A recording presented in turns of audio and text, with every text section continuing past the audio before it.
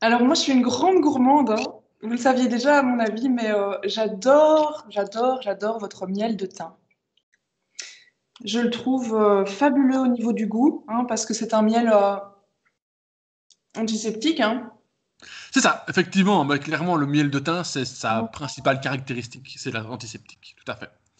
Il a un goût incomparable, c'est pour nous un Unique. des miels, oui c'est ça, c'est un des miels les plus emblématiques de la gamme des miels qu'on peut trouver aujourd'hui dans les commerces. Il a des arômes de fruits confits, on lui trouve des arômes légèrement boisés, épicés.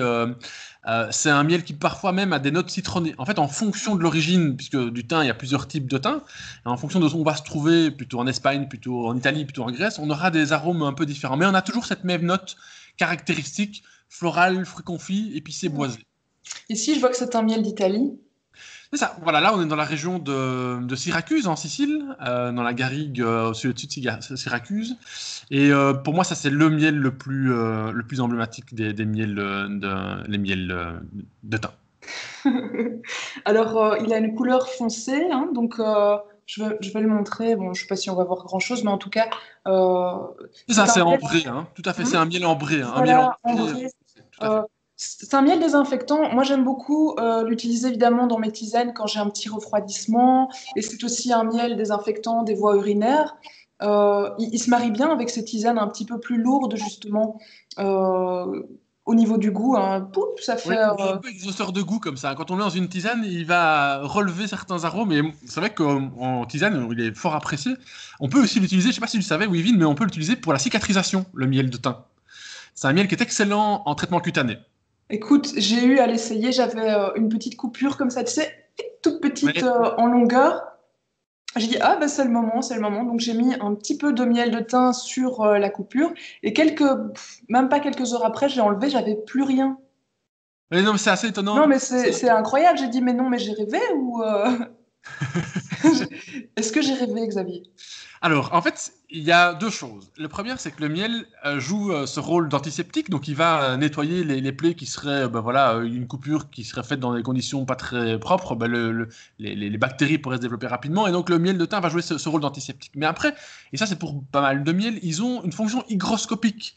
En fait, il y a beaucoup de sucre et très peu d'eau dans le miel, et donc en fait, la plaie qui va sointer hein, va commencer à se faire pomper par le miel. Le miel va pomper tout ce que la plaie va rejeter.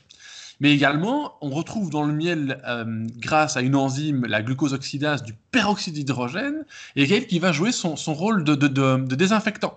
Et donc, tu vas avoir une plaie qui aurait été coupée, mais qui va s'assécher, qui va se cicatriser rapidement. Alors, en quelques heures, c'est vraiment une petite plaie. Par contre, quand on fait des plaies beaucoup plus importantes, on parle d'escarres, on parle de brûlures du second degré, on parle de cicatrisation post-chirurgicale, où on a vraiment un demi-centimètre de plaie, et bien là, on estime qu'on va 2 fois plus vite avec un mélange de miel de thym.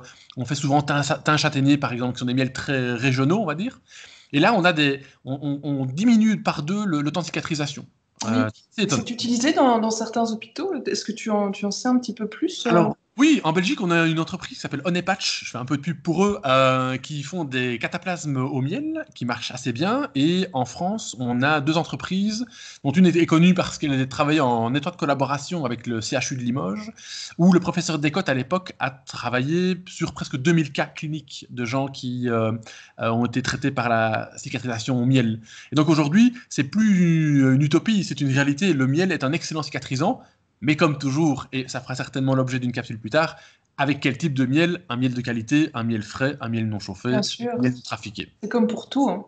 C'est comme Ça marche quand c'est du pur. exactement, ça marche quand c'est du pur, quand c'est du vrai, quand c'est de l'honnête. Mais bon, voilà. Eh bien, donc je te remercie, Xavier. On se retrouve dans une autre capsule pour en savoir un petit peu plus sur le miel. Avec plaisir. Voilà.